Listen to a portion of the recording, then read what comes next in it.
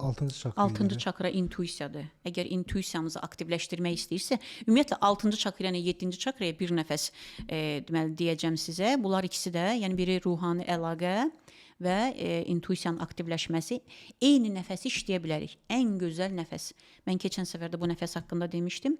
Sağ burun dəliyini tutursunuz. Soldan dərindən nəfəs aldım. Qarnı şişirtdim önə. Sol burun dəliyini tuturam, sağdan nəfəsi verdim. Qarnı çəkdim içəri. Təkrar sağdan nəfəs aldım. Soldan nəfəsi verdim. Soldan aldım. Sağdan nəfəsi verdim. Nəfəsi hardan verirəmsə, təkrar oradan nəfəs alıram. Və hardan verirəmsə, oradan nəfəsi alıram və mütləq şəkildə yadımda saxlayıram, fikir verirəm qarnıma. Yəni qarnı yaddan çıxartmaq olmaz. Nəfəs alanda qarnım önə doğru genişlənir, nəfəsi verəndə qarnı içəriyə doğru çəkirəm. 5-10 dəqiqə bu texnikanı yerinə yetirə bilərsiniz. Burada 6-cı çakranı, intuisiyanı aktivləşdirir, 7-ci çakrada da daxili harmoniya yaradır və ruhani bilik insanda, yəni bunları artırır.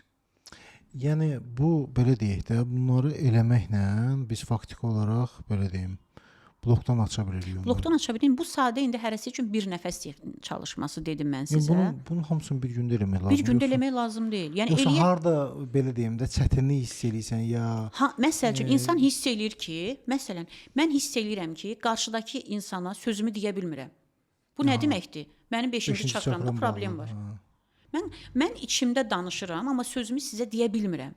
5-ci çakramda problem olduğu üçün mən 5-ci çakraya uyğun hansı nəfəsdir? Nəfəs aldım, yerinə yetirdim.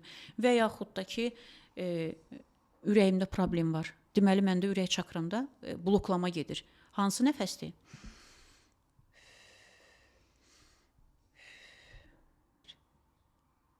Çox gözəl təsir eləyəcək Fuad bəy. Yəni eləsinlər, yerinə yetirsinlər. Yəni mən hələ burada bir nəfəs dedim.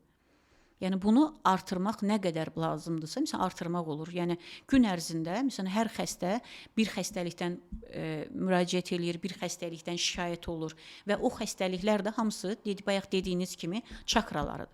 Çakranın blokda olmağı deməkdir.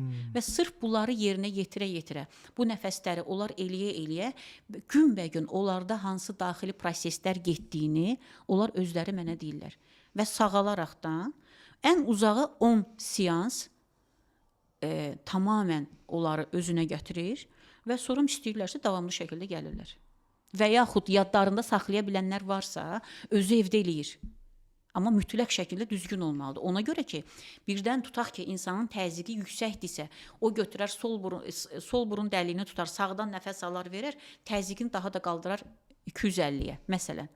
Və yaxud təzyiqi aşağıdırsa, götürər sağı tutar, soldan nəfəs alar verər, tamamən təzyiqi salar aşağıya. Yəni onu özünüz də təcrübədən keçirə bilərsiniz. Məsələn, tutaq ki, təzyiqiniz yüksəkdirsə, bir dənə solu tutun, yoxladın, məsələn, təzyiqimi tutaq ki, 140-dır. Solu tut, nəfəs al, ver, amma qarnı işlətmək şərti ilə. 5 dəqiqə elə, təzyiqi yoxla.